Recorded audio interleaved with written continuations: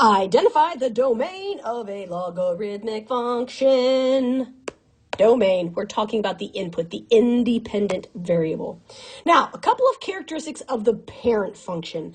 Now, I say parent function because we're talking about like f of x equals the log of x base b. So notice how there's nothing inside. We're not talking about x minus 4. We don't have anything else on the outside. We're just talking about like the basic logarithmic function.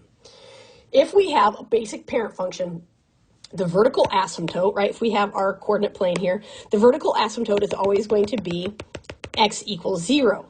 That means the curve is going to go something like this for our basic logarithmic function. So the domain is going to start at 0. Notice it's a parenthesis because 0 is the asymptote, so 0 is not included. And it goes all the way to infinity because we will go on to the right forever. Now the range, this is going to continue to rise, right? Not hugely or very quickly, but it's going to continue to go up, and you can see it goes down. So our range is negative infinity to infinity, because these are the y values, whereas the domain is the x value. The x-intercept, so it's going to cross the x-axis at 1, 0. And because we have the vertical asymptote at x equals 0, that means that our y-intercept is none. Our graph will not ever cross the y-axis. So, not all functions are parent functions. So then what? What happens when our logarithmic function moves a bit? So, let's find the domain of f of x equals the log of x plus 3 base 4. Well, in general, remember that in general, we are here and we are here, right? This is the parent function. Parent function is what I just did. Now, I'm going to make my next one thicker. So our thicker line, when we have plus 3 inside, this means we're going to move our graph to the left 3 spaces. 1, 2, 3. Okay? So this is what it would look like. Now we're going to get to that in a different function, but the idea is inside moves it left or right. Mathematically, if we would say the inside here of x plus 3 has to be greater than 0, we know that the argument of logarithms must be positive. So the inside here, x plus 3, must be greater than 0. Well, let's solve that. If we solve that, we subtract 3 from both sides, so x is greater than negative 3. Notice, 1, 2, negative 3. That's where my new vertical asymptote is.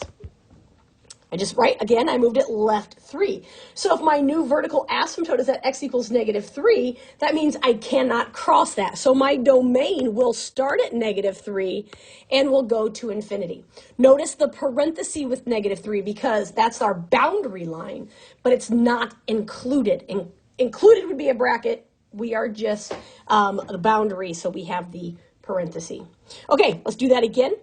The basic thing is set the argument to be greater than 0 because we know the argument of logs must be positive. So find the domain of f of x equals the log of 2x plus 5 base 7. Now this is a little trickier to do like just thinking through or pictorially because we have a lot of stuff in here. But the entire argument is 2x plus 5. So if I take the 2x plus 5 and say I know as the argument of the logarithm that has to be positive, so it must be greater than 0, now I can solve that inequality. So first step, right, whatever you do to one side, you got to do to the other. Last thing I want to do is dealing with the variable. So I subtract 5 from both sides, and that gives me 2x is greater than negative 5. And to get x by itself, I divide both sides by 2. So x is, that was most definitely a 2. So x is greater than negative 5 halves. So as the domain, right, if we think about this in terms of graphically, right, this is the original. So negative 5 halves, that's negative 2.5. So the new asymptote would be here.